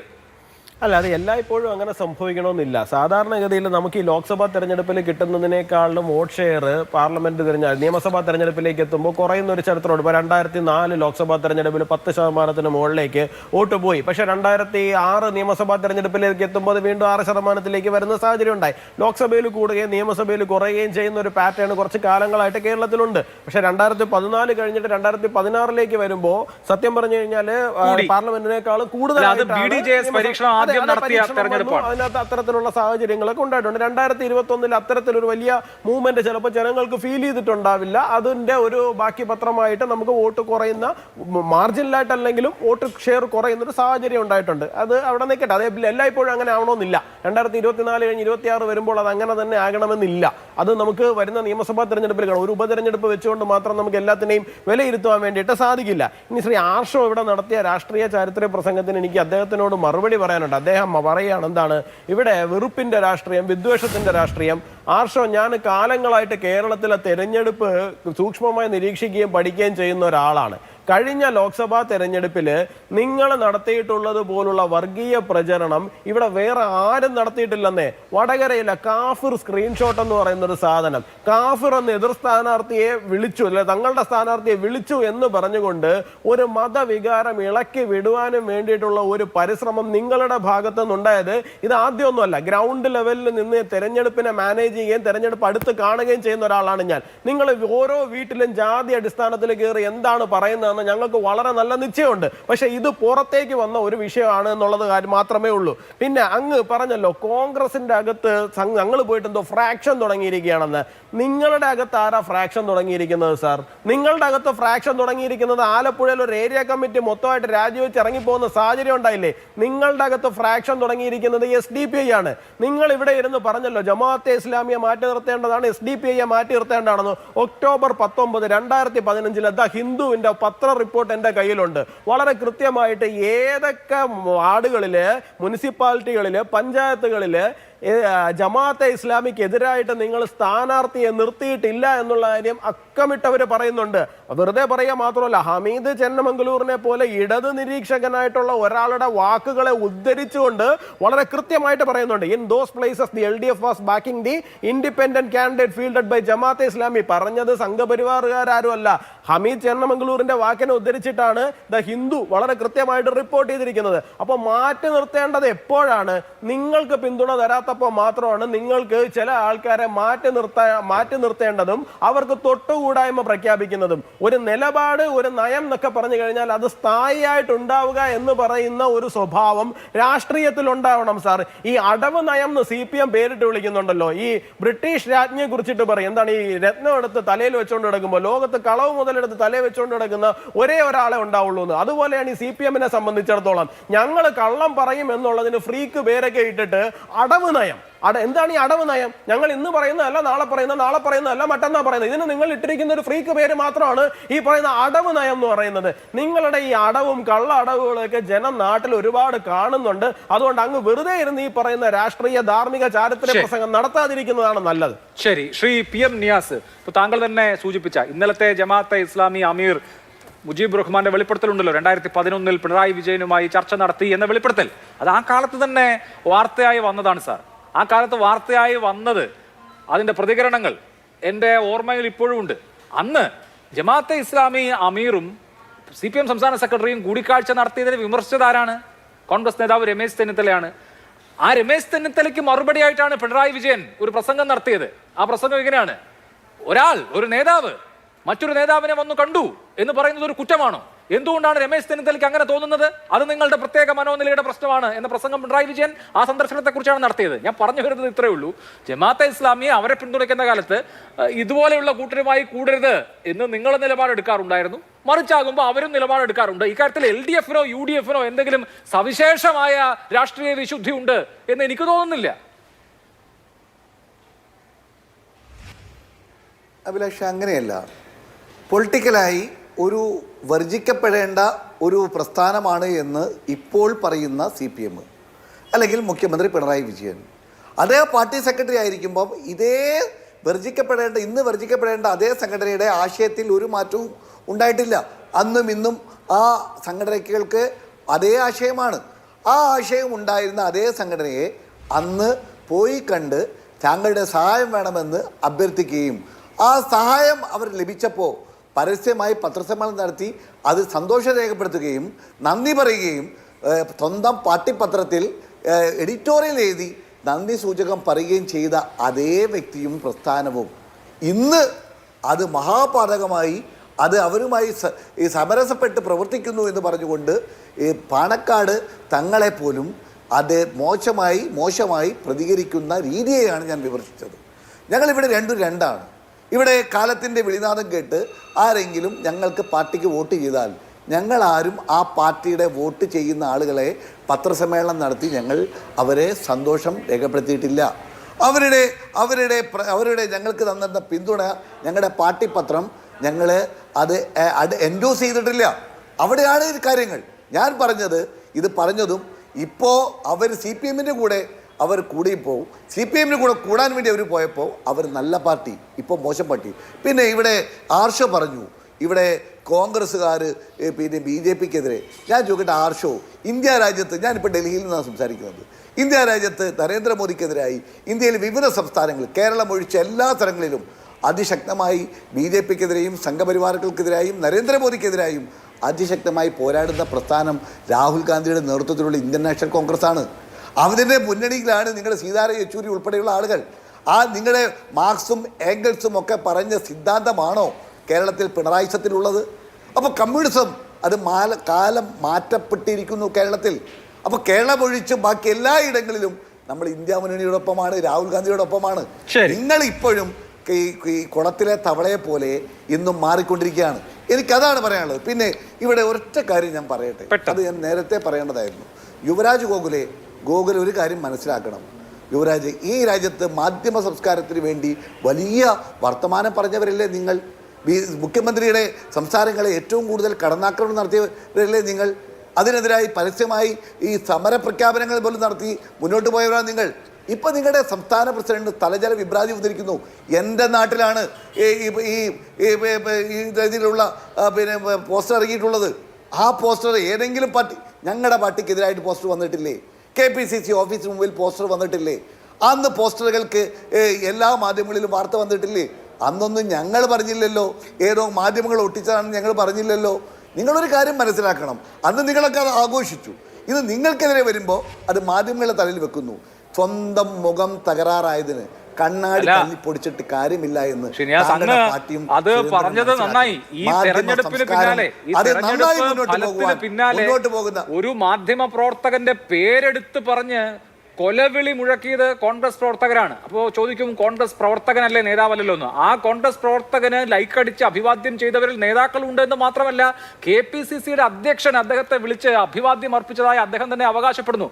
അപ്പോൾ കേരളത്തിലൊന്ന് ആലോചിച്ച് നോക്കൂ, ഒരു മാധ്യമ പ്രവർത്തകനെ കൊല്ലണം എന്ന് ആഹ്വാനം ചെയ്ത ഒരു CPM സൈബർ കടന്നലിനെ MV ഗോവിന്ദൻ മാസ്റ്റർ വിളിച്ച് അഭിനന്ദിച്ചാൽ ഇവിടെ ആകാശം ഇടിഞ്ഞു വീഴില്ലേ? പക്ഷെ KPCC പ്രസിഡന്റിന് അല്ലെങ്കിൽ കോൺഗ്രസ് നേതാക്കൾക്ക് ഇക്കാര്യത്തിലൊക്കെ വലിയ ഇമ്മ്യൂണിറ്റി ഉണ്ടെന്ന് തോന്നുന്നു. അവർക്ക് മാധ്യമ പ്രവർത്തകരെ കൊല്ലണമെന്ന് ആഹ്വാനം ചെയ്യുന്ന ആളുകളെ വിളിച്ച് അഭിനന്ദനം നടത്താം, അഭിവാദ്യം അർപ്പിക്കാം, അതൊന്നും ഒരു കുഴപ്പമില്ല. അങ്ങനെയല്ല അഭിലാഷ്, ഞങ്ങൾ വ്യക്തമായി ഇവിടെ രണ്ടാണ്. ഞങ്ങളൊരു പാലക്കാട് മത്സരിക്കുമ്പോൾ റിപ്പോർട്ടർ ചാനൽ വളരെ ആസൂത്രിതമായി ഞങ്ങൾക്കെതിരെ കള്ളക്കഥകൾ മയ്യുന്നു, പെട്ടിക്കഥ ഉണ്ടാക്കുന്നു, അതുപോലെ റെയ്ഡ് കഥ, അതിന് വേറെ വ്യാഖ്യാനങ്ങൾ ഉണ്ടാക്കുന്നു. അതുപോലെ സ്ഥാനാർത്ഥി ഞങ്ങളുടെ ഷാഫിയുടെ സ്ഥാനാർത്ഥിയാണെന്ന് പറയുന്നു, കേരളത്തിലെ വി ഡി സതീശൻ സ്ഥാനാർത്ഥിയാണെന്ന് പറയുന്നു. ഞങ്ങൾ തമ്മിൽ ഏത് ചാനലാവട്ടെ പത്രമാവട്ടെ നിങ്ങൾക്ക് അവരോട് അഭിപ്രായ വ്യത്യാസം ഉണ്ടെങ്കിൽ അഭിപ്രായ വ്യത്യാസം പറയാം. അഭിപ്രായ വ്യത്യാസം പറയുന്നത് ജനാധിപത്യപരമാണ്. ഇന്ന ചാനൽ പറഞ്ഞതിനോട് ഞങ്ങൾക്ക് അഭിപ്രായ വ്യത്യാസം ഉണ്ടെന്ന് മനസ്സിലാക്കാം.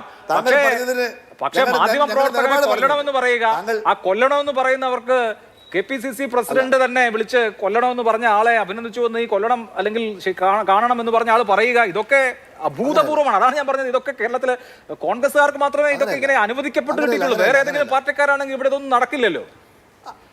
അങ്ങനെയല്ല അഭിലാഷ്. ഞങ്ങൾ ഇക്കാര്യത്തിൽ ഞങ്ങൾ അതേ ചാനലിൽ പോയി അതേ ചാനലിൽ ഡിഫറൻസ് ഞങ്ങളുടെ ഡിസന്റ് പറഞ്ഞതാണ്. ആ ഡിസന്റ് പറഞ്ഞപ്പോൾ അതിനെതിരായുള്ള ഒരു പോസ്റ്റിനെ കുറിച്ചാണ് KPCC പ്രസിഡന്റ് അനുകൂലിച്ചത്. ഒരു കാര്യം തുറന്നു പറയാൻ ആഗ്രഹിക്കുന്നു, ഞങ്ങൾ ഒറ്റ തിരിഞ്ഞ് ആ പ്രസ്ഥാനത്തെക്കുറിച്ച് മാത്രമാണ്. അതും ഞങ്ങൾ എന്താ പറഞ്ഞത്, നിങ്ങൾ മാധ്യമ പ്രവർത്തനം ഈ രീതിയിൽ പോകുന്നത് ശരിയല്ല എന്നാണ്. എന്നാൽ ഇവിടെ അതല്ല, മാധ്യമങ്ങളെ കൈയേറ്റം ചെയ്യും, കൈകാര്യം ചെയ്യുമെന്ന് ഒരു രാഷ്ട്രീയ പാർട്ടിയുടെ നേതാവ് മാധ്യമങ്ങളെ ഒന്നിച്ച് അവരെ മുന്നോട്ട് പോയത് ഇതിനു മുമ്പ് CPM അല്ലാതെ ഇതിനു മുമ്പ് മറ്റൊരു പാർട്ടിയും ചെയ്തിട്ടില്ല. ഞങ്ങളിപ്പോഴും പറയുന്നു, റിപ്പോർട്ടർ ചാനലിനോട് ഞങ്ങൾ എടുത്തിരിക്കുന്നത്, ഞങ്ങൾ അവരോടുള്ള ബഹിഷ്കരണ തീരുമാനമാണ് എടുത്തത്. ആ ബഹിഷ്കരണ തീരുമാനത്തെയാണ് ഞങ്ങൾ അംഗീകരിച്ച് മുന്നോട്ട് പോകുന്നത്. അതിന് കാരണങ്ങളുമുണ്ട്. എന്നാൽ എല്ലാ മാധ്യമങ്ങളും, ഞങ്ങളെല്ലാം, മാതൃഭൂമി ഞങ്ങൾ വിമർശിച്ചിട്ടില്ലേ, മനോരമ ഞങ്ങൾ വിമർശിച്ചിട്ടില്ലേ, വിമർശിക്കുന്നതിനൊന്നും ഒരു കുഴപ്പമില്ല. ഇനിയിപ്പോ വിമർശനം കടന്ന് ബഹിഷ്കരിക്കാൻ ഒരു കൂട്ടർ തീരുമാനിച്ചാൽ അതിനും കുഴപ്പമില്ല. പക്ഷേ ഞാൻ പറഞ്ഞത് അങ്ങേക്ക് വ്യക്തത കുറവില്ലല്ലോ. പക്ഷേ മാധ്യമപ്രവർത്തകരെ കായികമായി കൈകാര്യം ചെയ്യണം, അല്ലെങ്കിൽ നേരത്തെ BJP പ്രസിഡന്റ് പറഞ്ഞതുപോലെ ശരിയായ വിധത്തിൽ കൈകാര്യം ചെയ്യണം എന്നൊക്കെ പറയുന്നത് എന്ത് തരത്തിലുള്ള ജനാധിപത്യ സംസ്കാരമാണ്? നമ്മുടെ ജനാധിപത്യ ഇടങ്ങൾ ഇത്ര ചുരുങ്ങുന്നുണ്ടോ? കേരളത്തിലെ രാഷ്ട്രീയ പാർട്ടികൾ മത്സരിച്ച് ജനാധിപത്യത്തെ കുരുതി കൊടുക്കുന്നുണ്ടോ എന്നുള്ള വലിയ ചോദ്യം കേരളത്തിലെ ജനങ്ങളുടെ മനസ്സിലുണ്ട് എന്ന് എനിക്ക് തോന്നുന്നു. ഒരു ഇടവേള അത്യാവശ്യമാണ്. ഇടവേളയ്ക്ക് ശേഷം മടങ്ങിയിട്ട് ചർച്ച അവസാന ഘട്ടത്തിലാണ്. PM മാർഷോ, അടുത്ത നിയമസഭാ തെരഞ്ഞെടുപ്പിലേക്ക് പോകുമ്പോൾ 10 കൊല്ലം ഞങ്ങൾ ഭരിച്ചു, ഞങ്ങൾ ഇത് ഡെലിവർ ചെയ്തു എന്ന് പറഞ്ഞിട്ടല്ലേ ജനങ്ങളെ അഭിമുഖീകരിക്കാൻ പോകേണ്ടത്? അതല്ലാതെ SDPIയും ജമാഅത്തെ ഇസ്ലാമിയും UDFന് പിന്തുണ കൊടുക്കുകയാണ്, അതുകൊണ്ട് ഞങ്ങൾക്ക് വോട്ട് ചെയ്യണം എന്ന് പറഞ്ഞിട്ടാണോ പോവേണ്ടത്? ഇവിടെ സൂചിപ്പിച്ച തന്നെ പല വിഷയങ്ങളുണ്ട്. 1996 അന്ന് വെൽഫെയർ പാർട്ടി പോലും ഉണ്ടായിട്ടില്ല കേട്ടോ. ജമാഅത്തെ ഇസ്ലാമി രാഷ്ട്രീയത്തിലില്ല. അന്നാണ് ജമാഅത്തെ ഇസ്ലാമി LDFനെ പിന്തുണയ്ക്കുന്നതിലെ ആത്മഹർഷം പ്രകടിപ്പിച്ച് ദേശാഭിമാനി എഡിറ്റോറിയൽ എഴുതുന്നത്. എന്തിനാ ഇപ്പോൾ താങ്കൾ നേരത്തെ രാഹുൽ മാങ്കൂട്ടം വെൽഫെയർ പാർട്ടിയിൽ അവരുടെ ഓഫീസിൽ പോയത് ജയിച്ച ശേഷമാണോ അതോ ഇലക്ഷന്റെ സമയത്താണോ എന്നൊക്കെ ചോദിച്ചല്ലോ. ജയിച്ച് ആ സന്തോഷത്തിന്റെ അതേ മണിക്കൂറുകളിൽ തന്നെ ജമാഅത്തെ ഇസ്ലാമിയുടെ ഹിറ സെന്ററിൽ പോയിട്ടുള്ള സ്ഥാനാർത്ഥികൾ ഉണ്ടായിട്ടുള്ള സംസ്ഥാനമാണ് സാർ ഇത്. അപ്പോൾ പഴയ കാലം നമുക്ക് അങ്ങനെ മറന്നുപോകാൻ കഴിയില്ലല്ലോ. ഇത്തരം വിഷയങ്ങൾ, ഡിവിസീവ് ആയിട്ടുള്ള കാര്യങ്ങൾ മാറ്റിവെച്ച് സർക്കാരിന് എത്ര മാർക്ക് എന്ന് ചോദിക്കാൻ നിങ്ങൾക്ക് അടുത്ത തവണ ആർജവം ഉണ്ടാകുമോ എന്നുള്ളതാണ് സെൻട്രൽ ഇഷ്യൂ. ഞങ്ങളെ സംബന്ധിച്ച് ഈ കേരളത്തിനകത്ത് ഇടതുപക്ഷ ജനാധിപത്യ മുന്നണി നേതൃത്വം കൊടുക്കുന്ന, തുടർച്ചയായി നേതൃത്വം കൊടുക്കുന്ന രണ്ടാമത്തെ ഗവൺമെൻറ് ഉൾപ്പെടെ നാടിനകത്ത് നടത്തിക്കൊണ്ടിരിക്കുന്ന വികസന പ്രവർത്തനങ്ങൾ എണ്ണി പൊതുസമൂഹത്തിനോട് പറയുന്നതിനകത്ത് ഞങ്ങൾക്കൊരു പ്രയാസമില്ല. അത് പറഞ്ഞുകൊണ്ട് തന്നെയാണ് ഞങ്ങൾ ഈ നാടിനകത്ത് മുന്നോട്ട് പോയിക്കൊണ്ടിരിക്കുന്നത്. ഇപ്പോൾ ചേലക്കര ഉപതെരഞ്ഞെടുപ്പ് വരുന്ന ഘട്ടത്തിൽ ഈ തെരഞ്ഞെടുപ്പ് LDF തോൽക്കാൻ വേണ്ടി പോകുന്നു, ഭരണവിരുദ്ധ വികാരം എന്നൊക്കെ പറഞ്ഞുകൊണ്ട് കൊട്ടിഘോഷിച്ച് ഇതിനകത്ത് കൂടെ നടന്ന ആളുകൾ തെരഞ്ഞെടുപ്പിൻ്റെ റിസൾട്ട് വന്ന ഘട്ടത്തിൽ എങ്ങനെയാണോ പാർലമെന്റ് ഇലക്ഷനിൽ ഉണ്ടായിരുന്നത് അതിനേക്കാൾ ലീഡ് വർദ്ധിപ്പിച്ചുകൊണ്ട് ഇടതുപക്ഷത്തിൻ്റെ സ്ഥാനാർത്ഥിയെ ജനങ്ങൾ തെരഞ്ഞെടുക്കുന്ന കാഴ്ച കണ്ടിരുന്നല്ലോ നമ്മൾ. അപ്പോൾ അതുകൊണ്ട് ഈ നാടിനകത്ത് നടത്തിക്കൊണ്ടിരിക്കുന്ന പ്രവർത്തനങ്ങൾ നാട്ടിലെ ജനങ്ങളുടെ മുൻപിലേക്ക് പറയുന്നതിനകത്ത് ഞങ്ങൾക്ക് ഒരു പ്രശ്നമുള്ളത് പറഞ്ഞുകൊണ്ട് തന്നെയാണ് ഞങ്ങളുടെ രാഷ്ട്രീയ പ്രവർത്തനം മുന്നോട്ട് കൊണ്ടുപോയിക്കൊണ്ടിരിക്കുന്നത്. അതിനോടൊപ്പം തന്നെ വൈവിധ്യമാർന്ന രാഷ്ട്രീയ വിഷയങ്ങൾ, ഈ നാടിനകത്ത് നടക്കുന്ന ഓരോ ചലനങ്ങളെ സംബന്ധിച്ച് ഞങ്ങൾ ജനങ്ങളോട് പറയും. അതിനകത്ത് ബേജാറാവാൻ നിൽക്കേണ്ട കാര്യമില്ല, ബേജാറായിട്ട് കാര്യമില്ല. ഇനി നേരത്തെ കോൺഗ്രസിന്റെ വൃന്തി മറ്റു പല സംസ്ഥാനങ്ങളിലെയും കോൺഗ്രസിന്റെയും രാഹുൽ ഗാന്ധിയുടെയൊക്കെ പ്രവർത്തനങ്ങളെ സംബന്ധിച്ച് പറഞ്ഞു. അതിനെയല്ലല്ലോ ഞങ്ങൾ ആക്ഷേപിച്ചത് കേരളത്തിലെ കോൺഗ്രസ് എന്താണ് RSSന് എതിരെ നിലപാടെടുക്കുന്നത് എന്നുള്ളതാണ്. ഇനി RSSന്റെ ഫ്രാക്ഷൻ കോൺഗ്രസിനകത്തുണ്ട് എന്ന് പറഞ്ഞത് BJP പ്രതിനിധിക്ക് ഇഷ്ടപ്പെട്ടില്ല. ഇതിനെ മറ്റെങ്ങനെ വിളിക്കണം? ഗോൾവാൾക്കറെ ഹൃദയത്തിൽ പേറിക്കൊണ്ടിരിക്കുന്ന ഒരു പ്രതിപക്ഷ നേതാവ്, RSS ചായക്ക് കാവൽ നിന്ന് അഭിമാനമായി കാണുന്ന KPCC പ്രസിഡന്റ്, മുസ്ലിങ്ങളുടെ കഴുത്തിൽ ടയറിട്ട് കത്തിക്കണമെന്ന് പറയുന്ന മറ്റൊരു നേതാവ്, ഇവരൊക്കെ കൂടെ ഇരിക്കുന്നതിനെ RSS ഫ്രാക്ഷൻ എന്നല്ലാതെ മറ്റെന്താണ് പറയേണ്ടത്, മറ്റെങ്ങനെയാണ് അടയാളപ്പെടുത്തേണ്ടത്? അദ്ദേഹം കുറെ പത്രക്കണക്കൂട്ടൊക്കെ മുന്നോട്ട് വന്ന് ഞങ്ങൾ വളരെ കൃത്യമായിട്ട് പറയുന്നു, ഒരിടത്തും ഈ പറഞ്ഞ ഒരു വർഗീയ കക്ഷിയോടും സന്ധി ചെയ്യുന്ന വേണ്ടുന്ന സാഹചര്യം ഞങ്ങൾക്കില്ല. അതിന് ഞങ്ങൾ തയ്യാറല്ല. അവർ അകറ്റി നിർത്തപ്പെടേണ്ടവരാണ്, അവരെ മാറ്റി നിർത്താൻ പൊതുസമൂഹത്തിൽ എന്നുള്ളത് ഞങ്ങളുടെ നിലപാടാണ്. നിലപാട് ഞങ്ങൾ ആവർത്തിച്ച് പറഞ്ഞുകൊണ്ടേയിരിക്കും. ഇനി നേരത്തെ ഇപ്പൊ ഈ ജമ്മു കാശ്മീർ തെരഞ്ഞെടുപ്പ് കഴിഞ്ഞല്ലോ, ജമാഅത്തെ ഇസ്ലാമിയും RSSും എങ്ങനെയാണ് പരസ്പരം പൂരിതമായി പ്രവർത്തിച്ചുകൊണ്ടിരിക്കുന്നത് എന്നുള്ളതിനെ സംബന്ധിച്ച് നമുക്ക് നല്ല ബോധ്യമില്ലേ? ജമ്മു കാശ്മീർ തെരഞ്ഞെടുപ്പിന് തൊട്ട് മുൻപ് കാശ്മീരിൽ ഉൾപ്പെടെയുള്ള ജമാഅത്ത് ഇസ്ലാമിയുടെ നിരോധിക്കപ്പെട്ടിരുന്ന ജമാഅത്ത് ഇസ്ലാമിയുടെ നേതാക്കൾ RSSന്റെ നേതാക്കളെ കണ്ട് ചർച്ച നടത്തിയതിന്റെ വിശദാംശങ്ങൾ പുറത്തേക്ക് വന്നില്ലേ? അവിടെ പല സീറ്റുകൾക്ക് എത്തുമ്പോൾ ഇടതുപക്ഷത്തിന്റെ പ്രതിനിധി ജയിച്ച സീറ്റ് കുൽഗാമിനകത്ത് BJPക്ക് സ്ഥാനാർത്ഥി ഉണ്ടായിരുന്നു. ജമാഅത്ത് ഇസ്ലാമിക്കാരനെ സ്വതന്ത്രമായി മത്സരിപ്പിക്കുകയും ആ സ്വതന്ത്ര സ്ഥാനാർത്ഥിക്ക് പിന്തുണ കൊടുത്ത് കമ്മ്യൂണിസ്റ്റ് പാർട്ടിയെ പരാജയപ്പെടുത്താൻ വേണ്ടി ശ്രമിച്ച ആളുകളല്ലേ BJP. അപ്പൊ ഇവര് പരസ്പരം അങ്ങോട്ടും ഇങ്ങോട്ടും എങ്ങനെയാണ് ഇന്ധനവും വളവും ഒക്കെ ആയി മാറുന്നത് എന്നുള്ളതിനെ സംബന്ധിച്ച് ഈ നാടിന് നല്ല ബോധ്യമുണ്ട്. അതുൾപ്പെടെ ഞങ്ങൾ ഈ നാടിനോട് വിളിച്ചു പറഞ്ഞുകൊണ്ടേയിരിക്കും. ഞങ്ങൾ ഇവിടെ ഉയർത്തിപ്പിടിക്കുന്നത് മതേതരത്വത്തിന്റെ മതനിരപേക്ഷതയുടെ രാഷ്ട്രീയമാണ്. ആ രാഷ്ട്രീയം ഞങ്ങൾ ആവർത്തിച്ചു പറയും. മതേതര കേരളത്തെ ഒറ്റുകൊടുക്കാൻ വേണ്ടി ശ്രമിക്കുന്ന ആളുകൾ അവർ രാഷ്ട്രീയ ലാഭത്തിന് വേണ്ടി, കേവലം തെരഞ്ഞെടുപ്പ് ലാഭത്തിന് വേണ്ടി ഈ കൂട്ടരോടൊക്കെ കൈകോർക്കുന്നു. ഞങ്ങൾ നാട്ടിൽ പറഞ്ഞുകൊണ്ടേയിരിക്കും.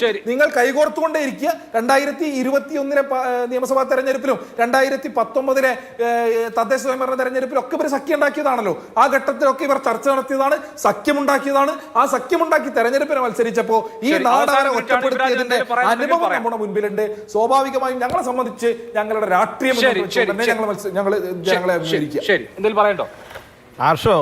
ജമ്മു കാശ്മീരിനെ സംബന്ധിച്ചിടത്തോളം ജമ്മുവിൽ ഞങ്ങൾ ശക്തരാണ്. ജമ്മുവിൽ മാത്രമാണ് ഞങ്ങൾ അത്രയും ഫോക്കസ് ചെയ്ത് വർക്ക് ചെയ്തിട്ടുള്ളത്. കാശ്മീരിലെ പല സീറ്റുകളിലും ഞങ്ങൾക്ക് സ്ഥാനാർത്ഥി ഇല്ലാത്ത സാഹചര്യങ്ങൾ ഉണ്ടായിട്ടുണ്ട്. ജനങ്ങൾ അവർക്ക് ഇഷ്ടമുള്ളവർക്ക് വോട്ട് ചെയ്യുന്ന, അല്ലാണ്ട് ഞങ്ങൾ ആർക്കും, പ്രത്യേകിച്ച് ജമാഅത്തെ ഇസ്ലാമിക്കാർക്കും SDP ഒന്നും ഞങ്ങൾ സ്ഥാനാർത്ഥിയല്ല, ഞങ്ങൾ പിന്തുണ കൊടുക്കാൻ പോകുന്ന കാര്യമൊന്നും ഉണ്ടായിട്ടില്ല.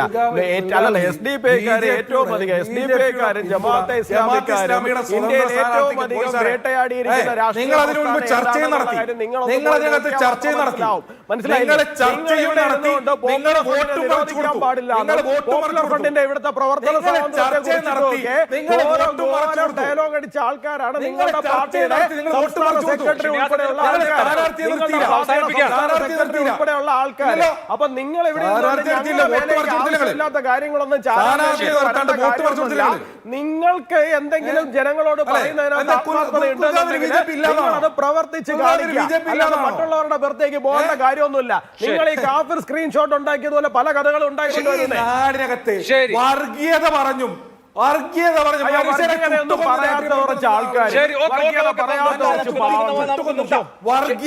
നടത്തി.